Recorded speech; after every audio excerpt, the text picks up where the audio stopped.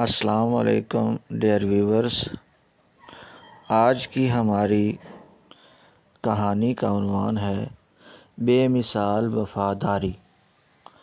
مامون الرشید کے inspector general police عباس بیان کرتے ہیں کہ ایک روز میں امیر المومنین مامون الرشید کے ایوان خاص میں داخل ہوا تو انہوں نے پکارا، عباس۔ میں نے کہا، لبیک یا امیر المومنین۔ اسے لے جاؤ اور الصبح میرے دربار میں پیش کرنا۔ کیا دیکھتا ہوں کہ ایک شخص بیڑیوں، ہتھ کڑیوں اور زنجیروں سے جکڑا ہوا بے حس و حرکت پڑا ہے۔ چنانچہ میں نے ماتحت پولیس ملازمین کو اسے حراست میں رکھنے کا حکم دیا۔ وہ اسے اٹھا کر حوالات کی طرف چلنے لگے۔ مجھے خیال آیا کہ امیر المومنین نے جس غیظ و غضب اور سختی سے اسے حراست میں رکھنے اور الصبح پیش کرنے کا حکم دیا ہے، اس کا تقاضا یہ ہے کہ میں اسے پولیس ملازمین کے سپرد کرنے کی بجائے گھر میں اپنی نگرانی میں رکھوں۔ چنانچہ میرے حکم کے مطابق ملازمین اسے میرے گھر میں نظر بند کر کے چلے گئے۔ پہر رات گزرنے کے بعد میں نے اسے بلایا اور اس سے پوچھا، تو کون ہے؟ تیرا نام کیا ہے؟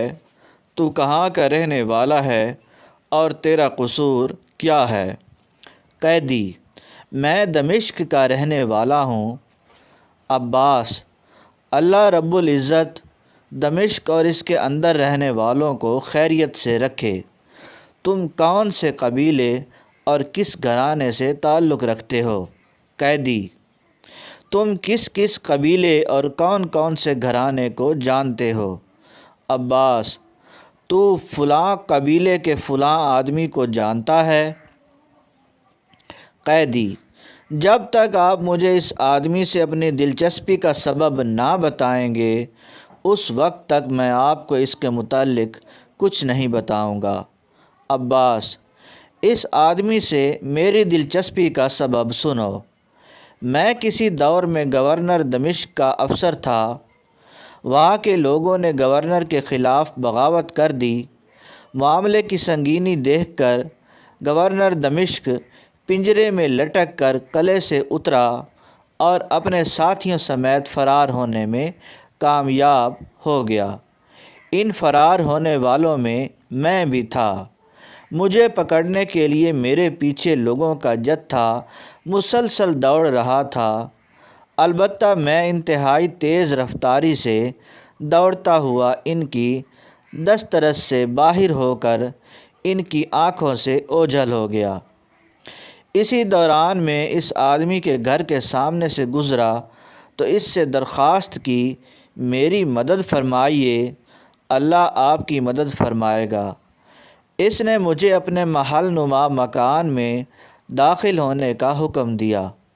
جب میں داخل ہوا تو اس کی بیوی نے مجھے فوراً مقصورہ یعنی میاں بیوی کا خاص حجرہ میں داخل ہونے کا اشارہ کیا۔ اسی دوران مجھے مکان کے گیٹ پر لوگوں کا شور و غل سنائی دیا، جو مالک مکان سے کہہ رہے تھے کہ واللہ وہ شخص تیرے گھر میں داخل ہوا ہے۔ اس نے کہا، تلاشی لے لو۔ چنانچہ لوگ اندر داخل ہوئے اور انہوں نے مقصورہ کے علاوہ باقی گھر کا کونا کونا چھان مارا۔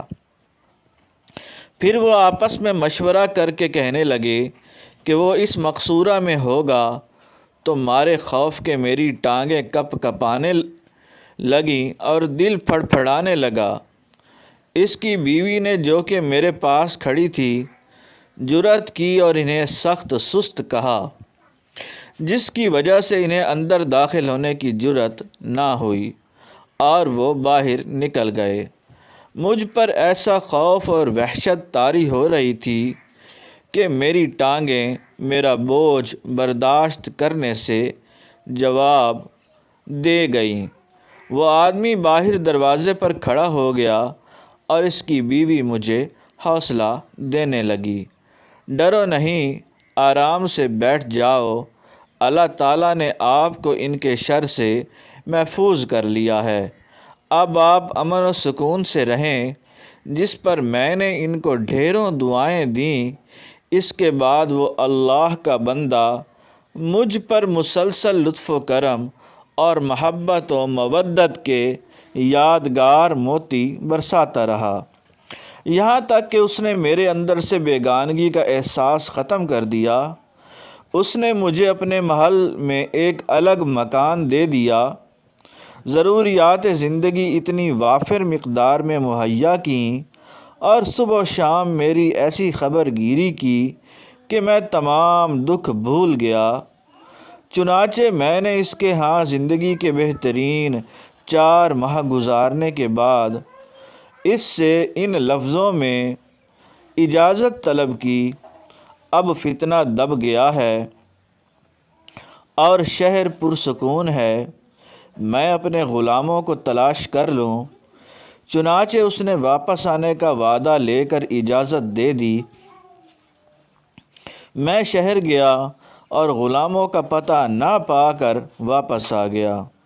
اس دوران میری بے مثال اور ان تھک خدمت کرنے کے باوجود اس نے نہ میرا نام پوچھا، نہ پتہ، نہ عہدہ، بلکہ وہ مجھے میری کنیت سے بلاتا رہا۔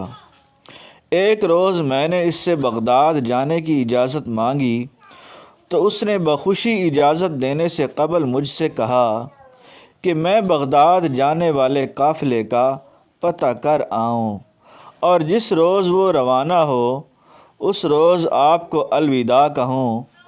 پھر میں نے اس سے عہد کیا کہ اتنی مدت کے حسن سلوک اور ہمدردی کی بنا پر میں تیرے ساتھ عہد کرتا ہوں کہ زندگی بھر آپ کے اس احساس کو نہ بھولوں گا اور حسب طاقت اس کا بہترین صلہ دوں گا۔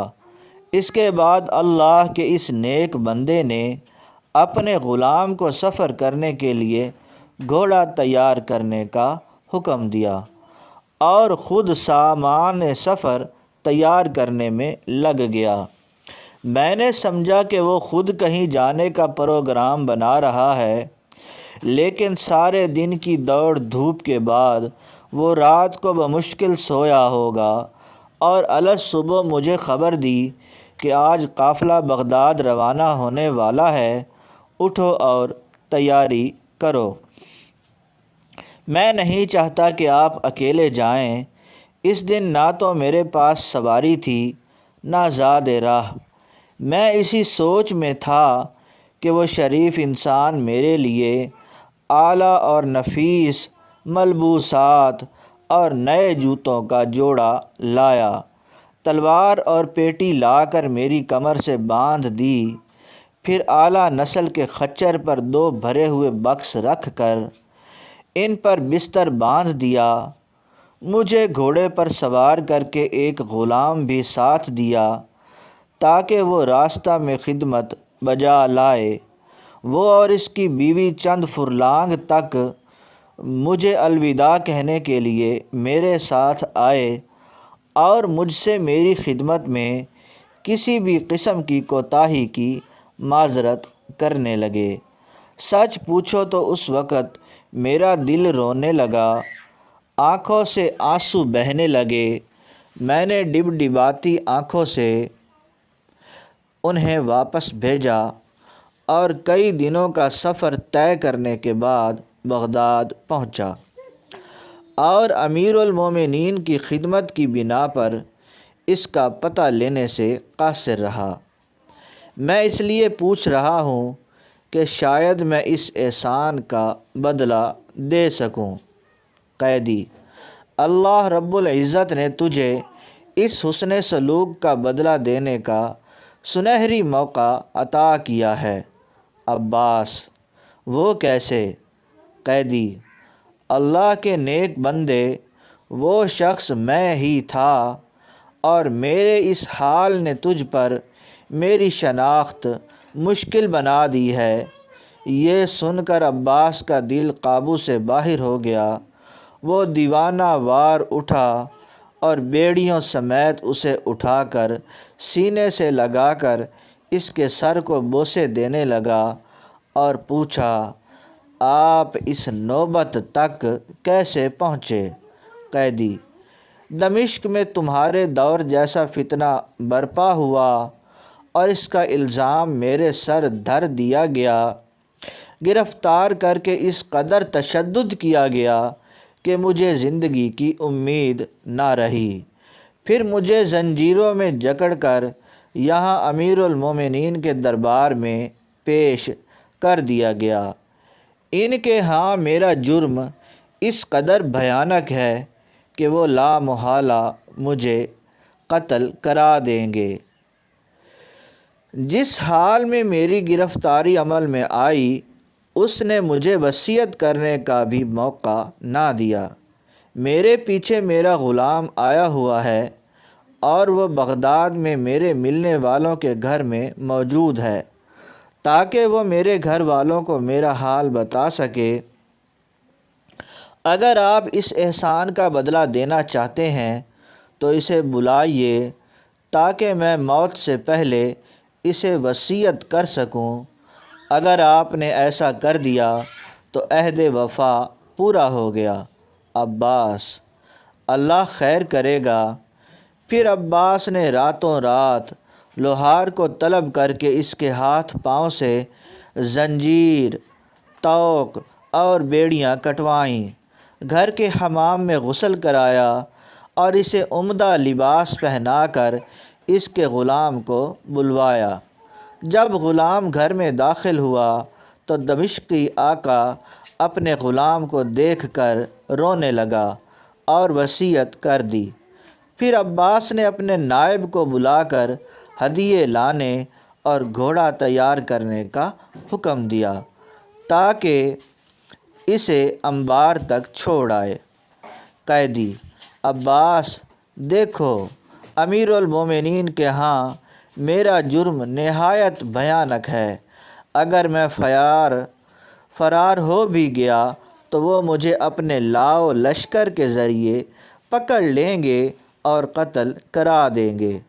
عباس: تم نجات پاؤ اور مجھے اپنے کام کی تدبیر کرنے دو۔ قیدی: واللہ میں بغداد سے باہر نہیں جاؤں گا اور مسلسل تیری خبر رکھوں گا۔ اگر معاملہ کٹھن ہوا تو میں حاضر ہو جاؤں گا۔ عباس: چلو، اگر تمہارا ارادہ یہی ہے تو بغداد کے فلاں محلے میں ٹھہرو۔ اگر میں سلامت رہ گیا تو خبر کر دوں گا، ورنہ خود قتل ہو کر آپ کے احسان کا بدلہ چکا سکوں گا۔ پھر عباس نے اپنے متعلق سوچنا شروع کیا اور اس نتیجے پر پہنچا کہ موت یقینی ہے۔ کفن تیار کر لیا جائے اور غسل کر کے حنوط لگایا جائے۔ چنانچہ اس نے طلوع فجر سے پہلے غسل کیا اور حنوط لگا کر کفن تیار کر لیا۔ نماز فجر سے فارغ ہوتے ہی امیر المومنین کا حکم آیا کہ آدمی کو لے کر ایوان شاہی پہنچو۔ جب عباس وہاں پہنچا تو امیر المومنین نے پوچھا، عباس، مجرم کہاں ہے؟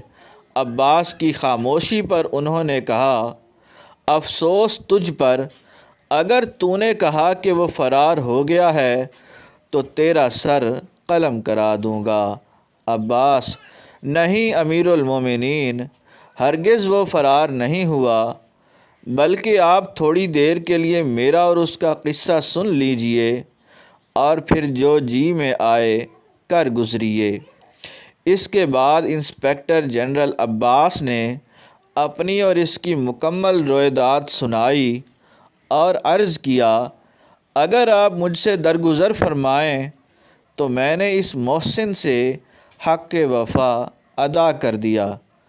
اگر آپ مجھے اس پاداش میں قتل کرنا چاہتے ہیں تو میں غسل کر کے حنوط استعمال کر چکا ہوں اور میرا کفن میری بغل میں ہے۔ مامون: اللہ تجھے تیرے احسان کی جزا نہ دے۔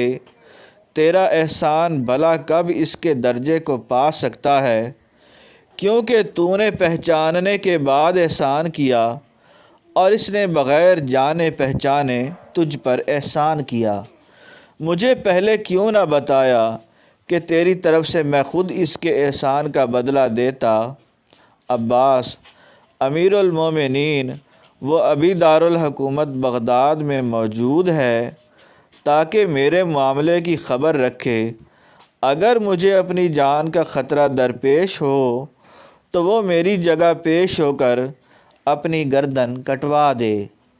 مامون یہ اس کا تجھ پر دوسرا احسان ہے جو پہلے سے بھی بڑا ہے۔ جا اور اسے میرے پاس لا تاکہ تیرے اوپر ہونے والے احسان کا صلہ میں خود ادا کروں۔